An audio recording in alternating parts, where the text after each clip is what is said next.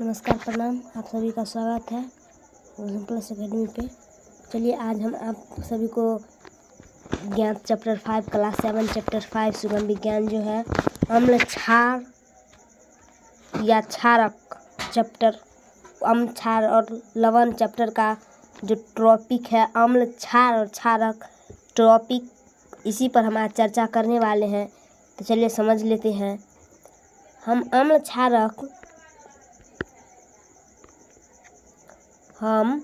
अम्ल क्षारक पढ़ने से पहले ये समझ लेते हैं इनका अम्ल क्षारक का मापन कैसे करते हैं।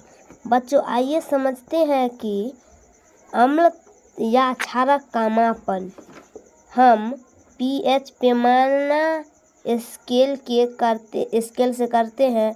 इस स्केल पर 0 से 14 तक अंक लिखे होते हैं।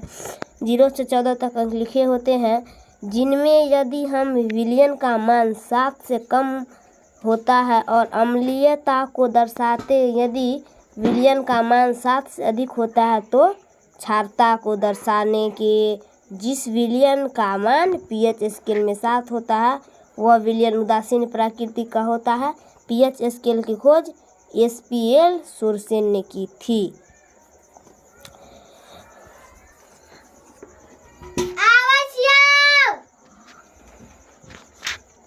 चलिए तो अम्ल क्षारक, तो अब हम अम्ल क्षारक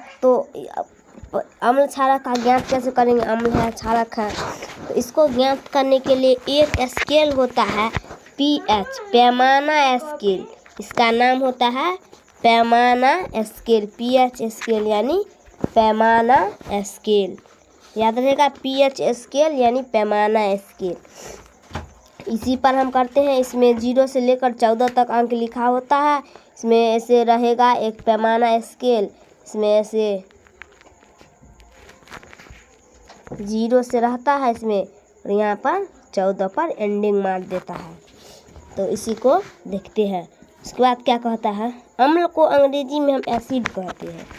अम्ल को हम अंग्रेजी में एसिड कह देते हैं। एसिड शब्द की उत्पत्ति लैटिन भाषा एसिड शब्द से हुई है, जिसका अर्थ खट्टा होता है। अम्ल का हम ये भी कह सकते हैं, अम्ल किसे कहते हैं, जो स्वाद में खट्टा होता है उन्हें अम्ल कहते हैं, हम उसे ही कहते हैं। तो आज आप सभी को आप देख लीजिए, स्वाद में खट्टा कौन कौन चीज़ होता है। तो नींबू खट्टा होता है, आम खट्टा होता है, अचार खट्टा होता है। अचार, आम, नींबू ये सब में विटामिन सी पाया जाता है। या आंवला हुआ, आंवला में भी विटामिन सी पाया जाता है। तो जिस जिस चीज़ में विटामिन सी पाया जाता है वो सभी चीज़ खट्टे होते हैं। सामान्यतः जान चुके हैं जो वो चीज़ सब खट्टे होते हैं। तो आज मैं ये दिखा रहा हूँ, आप सभी को कल मैं बता दूंगा। ये देखिए क्षार, साबुन हुआ, चूना हुआ, सब हुआ क्षार। तो आप सभी को हम कल बता देंगे क्षार। कल हम आप सभी को बता देंगे क्षार के बारे में। और कल मैथ का टेस्ट भी है। चलिए धन्यवाद।